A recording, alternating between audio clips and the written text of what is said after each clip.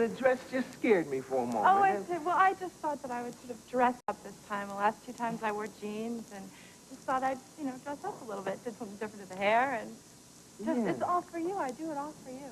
Yeah. Yes. Well, thank you very much. And, is it cold in here, Brooke? Are you cold? Anyway. No, Arsenio, it's just you. Oh, okay. Okay. Do you ever sit down at night and turn on the TV and say, look what I started? I mean, do you all know that she was like my first guest? You all? Yes. Brooke Shields was my first guest. And look what you started. Oh, goodness. Well, I was so happy when you asked me to be your first guest, and I'm so proud of you, and I love watching you, and you have so many wonderful fans, and it's just so exciting for me, for you.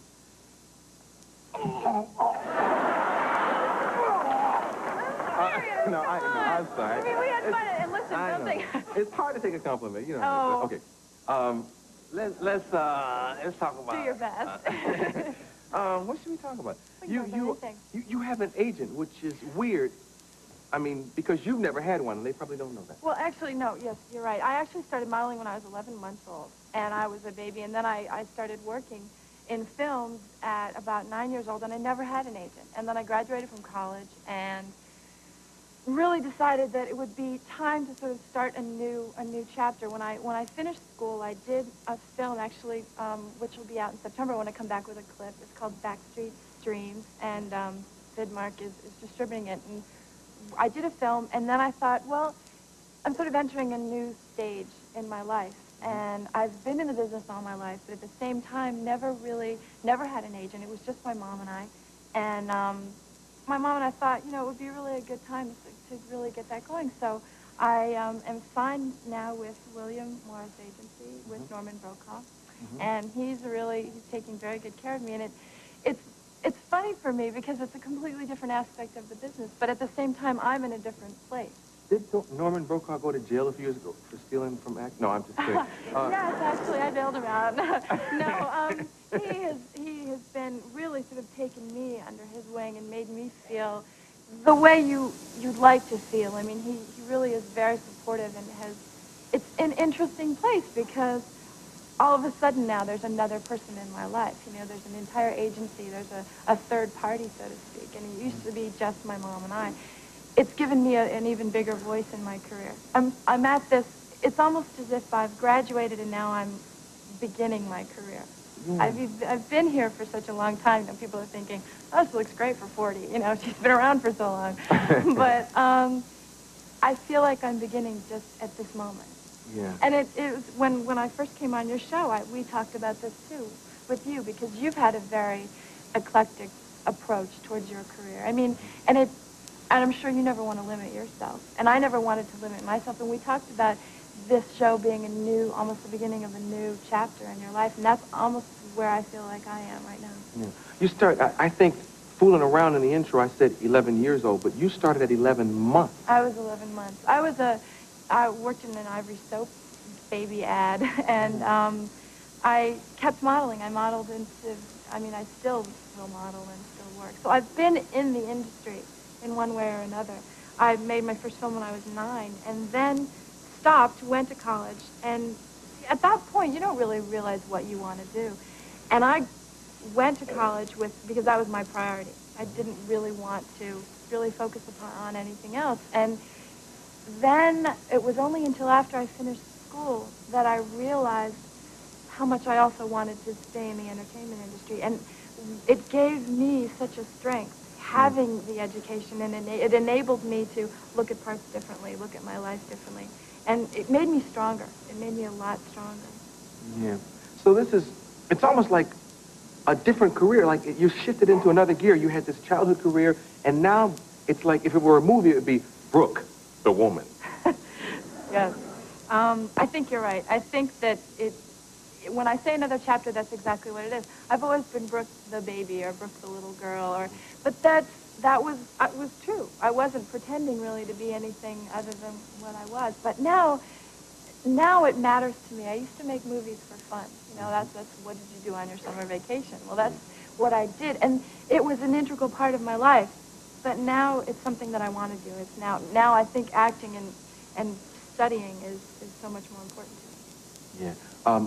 We'll take a commercial and turn that air conditioner to off.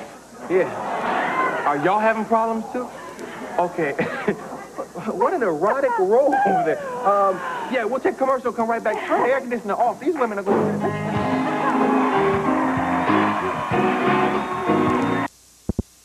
Difficult when you're younger. Somehow it doesn't seem to bother you as much. And I think the older you get, the more susceptible you become to letting it all in. I mean, I'm sure you feel it too. You're constantly in the public eye. You're constantly being commented on. Mm-hmm. And because the comments and everybody else's sort of opinions are coming at you, I think it's really hard to remember how you feel about yourself. And I think that it's very easy to become susceptible to that. And I just try. It's a constant battle. I mean, you have to constantly try to be strong and surround yourself by people you trust and who care about you and who you care about. Is there someone, and we approached this from a different angle the first night you were on, is there someone special in your life that you can trust and spend those intimate moments with? Yes, there is. There's someone very special in my life. There are very many people that are special in my life. My mom's special in my life. The people that I work with are my friends, my family. But it matters to me that the people in my life are able to really see me and deal with me as the person who I think I am. Yeah. And I mean, it can be. This is a very lonely business. It's a very lonely business, and there's a misconception about it. And because there's so much focus on people, I mean, very often I feel lonelier in a crowd of people than I do by myself. Oh, explain that.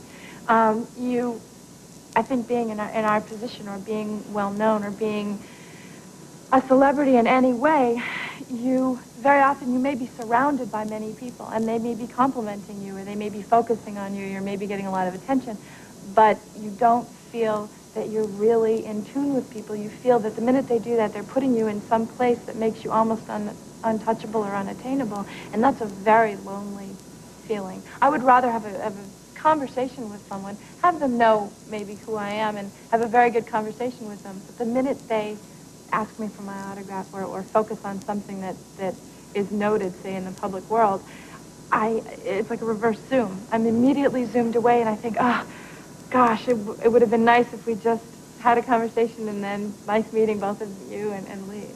Yeah. You know, Dr. Ruth is coming out later.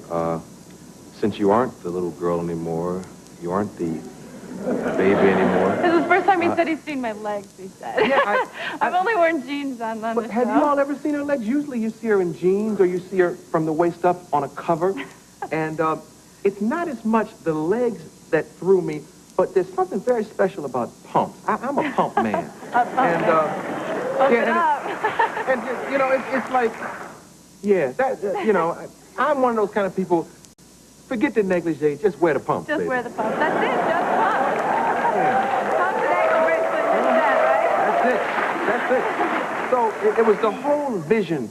Anyway, what I was wondering if there was something you might want me to ask Dr. Ruth for you. Oh, you're so kind. I mean, because we all need help in our lives. We all need advice. Is there something? Maybe I'll just have to ask you sort of privately later. But I won't ask the audience to leave. We'll just wait until... Yeah, what's that? Stupid? Anyway. I'm not saying that. I'm just saying I'll ask you in private. Right? Yeah. Yeah, I mean, because I'd be glad to relay it to her. But if you want to talk to me... well, we can arrange that later. Okay, and then I'll call Dr. Ruth, because I'm sure I don't know the answer. Don't underestimate yourself.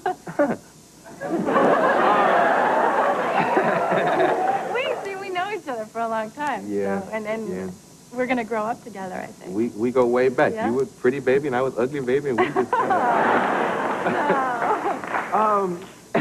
You went to Russia. What is that like? I did. Well, actually, Mr. Hope had called me to... I'm sorry. Bob Hope. Mr. Hope. Mr. Bob Hope. Mr. Hope. Had called me to do a USO show. Mm-hmm. And we went on tour to Russia and Germany and France, and we entertained the troops. And in Russia, it was an unsettling feeling at first. We took the transport planes. So we were all in these Army transport planes flying backwards, which is an exciting experience. When we get there, they take away your visa and your American Express card. It's a real drag. Stupid. They take away your passport, and you're very surprised at the people are very nice. They're very welcoming, but at the same time, the city is very bare. And yet they were very, very excited to see all of us, and they were so happy that we were there, and they were very, very willing and ready to talk.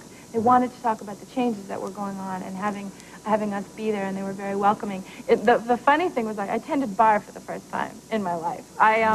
We had, and there's a psychology to attending bar. Why did you have to do? Did you get a job while you were there? Well, yes, I had to make some extra money with no American Express with really card. no American or visa. No, what happened was we had dinner at the American Embassy, and then a group of us went back to what was called the Liberty Bar in Russia. And we're just sort of all our guys there, and I had the idea to sort of go behind the bar and tend bar. And I give bartenders a lot of credit. I think it's a psychology. You've got to know exactly who needs to drink when and what and where all the different beers are. And I feel something coming on. Brooke Shields, Tom Cruise, Cocktail 2. I feel it. My sister would love that. Your sister's a big Tom Cruise fan? Very much so. She's very much so. But anyway, so we went to Russia and we did a USO show. And the USO tours are basically the best tours you can have because the audiences are so happy and willing, and they're so happy that you're there, that they're the best audience a person could possibly ever ask for. Not better than mine. Well, yes, present company excluded. But they're very, very happy, and the shows are always very fast, and there's usually a lot of travel. But Mr. Hope he called me, and I said, sure, I would love to. And Russia was definitely an incredible experience. Well, thanks for coming back. Keep coming back, because you know you're my rabbit's foot. Oh, well, gosh, I just want to keep coming back on your show. I really do. And I'm going to introduce Angela Winbush and Ronald Isley after the next commercial. But as we're going out, would you wave to my writer, Hal? He would sail a ship on dry land. Where's Hal? That's Hal.